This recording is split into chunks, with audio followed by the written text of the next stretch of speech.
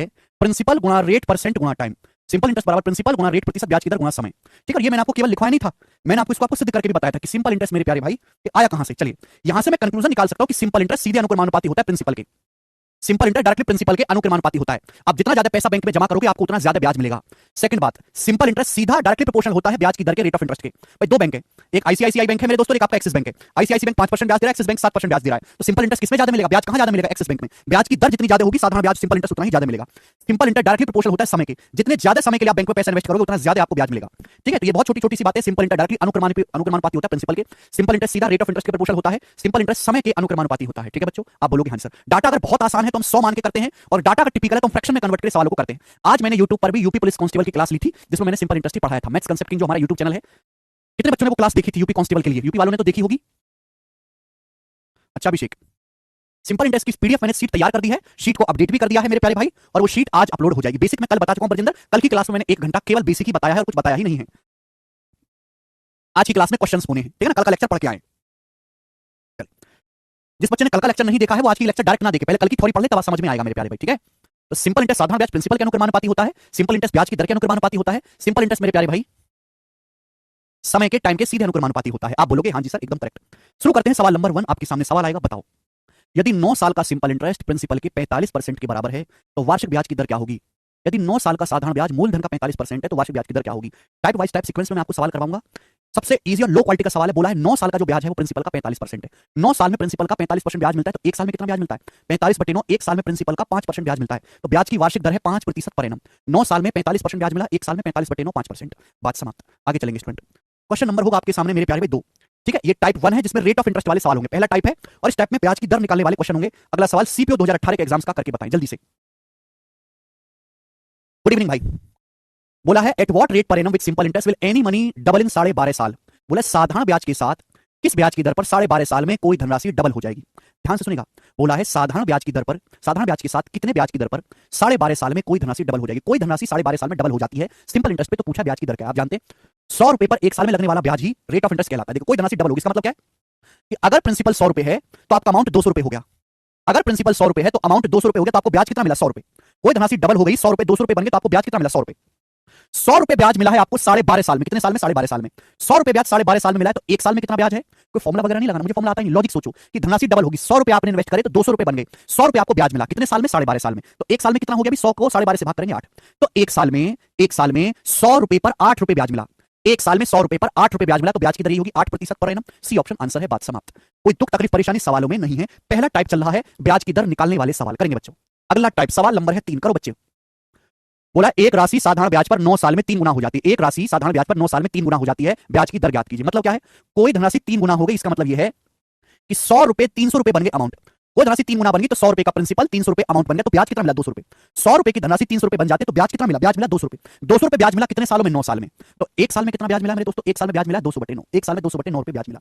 100 रुपए पर एक साल में 200/9 ब्याज मिला, यही ब्याज की दर है। 200/9 क्या होता है, 200/9 होता है 22 सही 2/9%। यही इस सवाल का आंसर हो जाएगा बेटा, सातवें इसका सॉरी डी ऑप्शन 22 सही 2/9%। सभी को समझ में आ गया। 33.33% गलत है बेटे, हमको ब्याज देखना है। ठीक है, आगे चलते हैं अगला सवाल।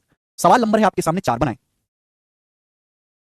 अब देखिए लिखना कम करो, सोचना ज्यादा शुरू करो। लिखना कम, क्योंकि ये बहुत फेमस सवाल है। ये सिंपल इंटरेस्ट का टाइप 1 चल रहा है, सबसे इजी टाइप से शुरुआत करा है। जैसे जैसे हम आगे बढ़ेंगे कैलकुलेशन बढ़ती जाएगी, सवाल भयानक होते चले जाएंगे। टाइप फर्स्ट है ये, सबसे इजी सवाल। रेट ऑफ इंटरेस्ट ब्याज की दर निकालने वाले पूछा है साधारण ब्याज की किस दर पर कोई धनराशि 15 साल में 4 गुना हो जाएगी। देखिए अगर कोई धनराशि 4 गुना हो गई तो ब्याज कितना मिला, 3 गुना। 3 गुने का मतलब 300% आपको ब्याज मिला। ये दिमाग में सोचा करो, लिखने की जरूरत नहीं है। अब तक तुम आपको लिख के बता रहा था, आपको खुद समझना है। कोई धनराशि 4 गुना हो गई, अगर कोई धनराशि 4 गुना होगी तो बढ़ी कितनी है, 3 गुना। कोई धनराशि 4 गुना होगी, इसका मतलब यह कि अगर आपका प्रिंसिपल पी है तो प्रिंसिपल 4 गुना हो गया, 4 पी। प्रिंसिपल 4 गुना हो गया तो प्रिंसिपल बढ़ा कितना, 3 गुना। लॉजिकली सोचना, कोई धनराशि 4 गुना हुई है तो बढ़ी कितनी है, 3 गुना। अगर कोई धनराशि 5 गुना हुई है, 5 गुना, तो बढ़ी कितनी है, 4 गुना। अगर कोई राशि 7 गुना हो जाती है तो बढ़ी कितनी है, 6 गुना। कोई धनराशि 11 गुना हो जाती है तो बढ़ी कितनी है, 10 गुना। कोई धनराशि खुद की 4 गुना हो जाती है तो धनराशि बढ़ी कितनी है, खुद का 3 गुना। 3 गुना मतलब होता है 300%। कोई धनराशि 300% बढ़ी कितने साल में, 15 साल में। 15 साल में 300% ब्याज है, एक साल में कितना होगा, 300/15 20%। एक साल में 20% ब्याज होगा। ये ऑप्शन आंसर है। मुझे लगता है मेरे सारे भाई और इन सवालों को कर पा रहे हैं। जी बच्चों आगे सर चलेंगे, बहुत ज्यादा इंपॉर्टेंट है इसलिए काफी ज्यादा क्वेश्चंस मैं आपको प्रैक्टिस करवाऊंगा। देखेंगे लेटेस्ट सवाल। सवाल है आईसीआर टेक्नीशियन 2030 के एग्जाम्स का करके बताएं, जल्दी करके बताओ बच्चों। राम राम मनीष जी। हाँ जी, बोला किस ब्याज की दर पर कोई धनराशि 10 साल में, किस वार्षिक ब्याज की दर पर किसी धनराशि पर 10 वर्षों में साधारण ब्याज उस धनराशि का 5/8 हो जाएगा। बोला है कितने ब्याज की दर से 10 साल में सिंपल इंटरेस्ट उस धनराशि का 5/8 हो जाएगा। चलिए जल्दी से करके बताइए। यहाँ पे ऑलरेडी आपको फ्रैक्शन में दिया हुआ है, बोला है ब्याज की दर क्या होगी अगर 10 साल में सिंपल इंटरेस्ट प्रिंसिपल का 5/8 हो जाएगा। इसका मतलब है कि अगर प्रिंसिपल 8 रुपए है तो आपको ब्याज 5 रुपए मिलेगा। 8 रुपए पर 5 रुपए ब्याज मिला, परसेंटेज में क्या होता है? 1/8 होता है 12.5%, 5/8 होता है 62.5% ब्याज मिला मेरे दोस्तों आपको, 62.5%।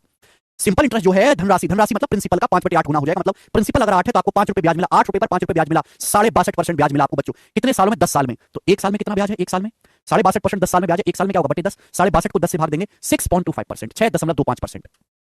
पवन वो निपट चुका है बेटा, खत्म हो चुका है। कल का लेक्चर पढ़ा है सुशांत आपने? 99% बच्चे आंसर बता रहे हैं, 1% बच्चे कंफ्यूज हैं क्योंकि उन्होंने कल का लेक्चर नहीं पढ़ा है। ठीक है, मैंने पहले बोल दिया सिंपल इंटरेस्ट अलग से कुछ सीखना ही नहीं है, कुछ होता ही नहीं है, केवल परसेंटेज रेशियो का इस्तेमाल है। परसेंटेज और रेशियो के इस्तेमाल चैप्टर को ही सिंपल इंटरेस्ट बना दिया है। समझ में आया बच्चों? आप बोलोगे हाँ जी सर बिल्कुल सही। एक और मस्त सा सवाल हम लेंगे जो कि सवाल नंबर आपके सामने 6 बनेगा। बताओ, पहला ही टाइप चल रहा है, क्योंकि टाइप आसान है बेशक, लेकिन टाइप पेपर में बहुत ज्यादा आता है, इसलिए इस टाइप के मैं आपको 10-12 सवाल करवाऊंगा। जिस टाइप की जितनी हैसियत जितनी औकात है उसके हिसाब से मैं क्वेश्चन प्रैक्टिस करवाता हूं। चलिए, सीजीएल 2022 का सवाल बनाएं। Sir ji West Bengal Kolkata police sub inspector में आपके क्लास से पूरा पेपर फंस गया, थैंक्स गुरुजी। अपूर्वा वो तो फंसना ही था, बिल्कुल मान सिंह। एक राशि साधारण ब्याज पर निवेश करने से 2 साल 6 महीने 2 साल 6 महीने में खुद का 17/10 गुना हो जाती है। ब्याज की वार्षिक दर क्या है? ब्याज की सालाना दर क्या है? थोड़ा सा चेंज है, सवाल को ढंग से पढ़ेगा, सवाल को ढंग से पढ़ेगा, समझेगा। बोला है कोई धनराशि 2 साल 6 महीने, 2 साल 6 महीने का मतलब होता है 2.5 साल। कोई धनराशि साधारण ब्याज पर 2.5 साल में खुद का 17/10 गुना हो जाती है। खुद का 17/10 गुना होने का मतलब है कि अगर आपका प्रिंसिपल 100 रुपए है तो 100 रुपए 17 बन जाते हैं। अगर 100 अगर आपका प्रिंसिपल 10 रुपए है तो 10 रुपए 17 अमाउंट बन जाते हैं। तो 10 रुपए 17 बन गए तो आपको ब्याज कितना मिला? 7 रुपए ब्याज मिला। कोई धनराशि साधारण ब्याज की दर पे 2.5 साल में खुद का 17/10 गुना हो जाती है। खुद का 17/10 गुना होने का मतलब है कि अगर आप 10 रुपए इन्वेस्ट करते हो तो जो है आप 17 रुपए आपको मिलते हैं, 7 रुपए आपको ब्याज मिलता है। 10 रुपए पर 7 रुपए आपको ब्याज मिला, परसेंटेज में कितना ब्याज मिला? 70%। 70% प्यारे बच्चों आपको ब्याज मिला कितने वर्षों में? 2 साल 6 महीने, यानी कि 2.5 साल में। 2.5 साल में 70% ब्याज मिला, 2.5 साल में। तो एक साल में कितना ब्याज मिला है? 70 को 5/2 से भाग दे देंगे, 70/5 14 है, 2 से ऊपर गुना हो जाएगी 28%। तो ब्याज की दर आ गई 28% per annum. C option answer है 28%। बिल्कुल आता है बबलू, बहुत बढ़िया। बालक ऐसे उड़ उड़ के बता रहा है, दिल गार्डन गार्डन कर दिया, जानी गार्डन गार्डन कर दिया। सवाल है आपके सामने, 7 करके बताएंगे सवाल का क्या आंसर है। सवाल अभी सीएचएसएल मेंस का जो पेपर हुआ था उसमें आया है। देखो जरूरी नहीं कि केवल प्री के पेपर में आता है, आसान है तो नहीं, ये मेंस की परीक्षा में भी आता है। ये सवाल देखेंगे बच्चों, मजा आ रहा है पढ़ने में? तो ये बैच केवल कंसेप्ट सिखाने वाला बैच नहीं है। अगर मुझे केवल कंसेप्ट ही सिखा के बैच खत्म करना होता तो कल मैंने 1.5 घंटा कंसेप्ट बता दिया, आज मैं 1.5 घंटे सवाल करवा देता, चैप्टर खत्म। एक एक सवाल करवाता, आसान आसान सा चैप्टर खत्म हो जाता।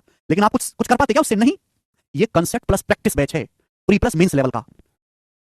सुशांत जी पहले कल का लेक्चर पढ़ के आइए, तब आज का लेक्चर समझना। 100 रुपए पर 1 साल में लगने वाला ब्याज ही रेट ऑफ इंटरेस्ट होता है।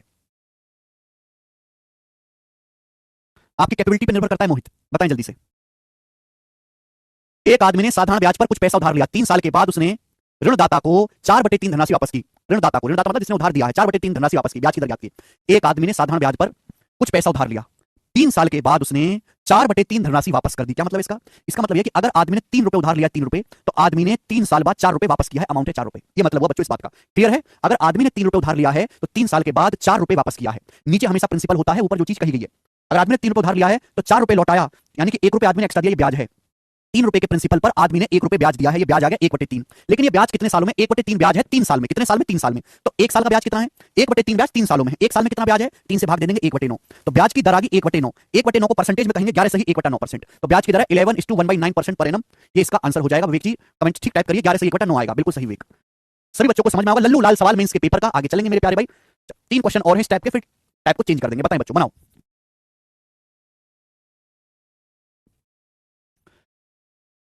जल्दी बताओ जल्दी।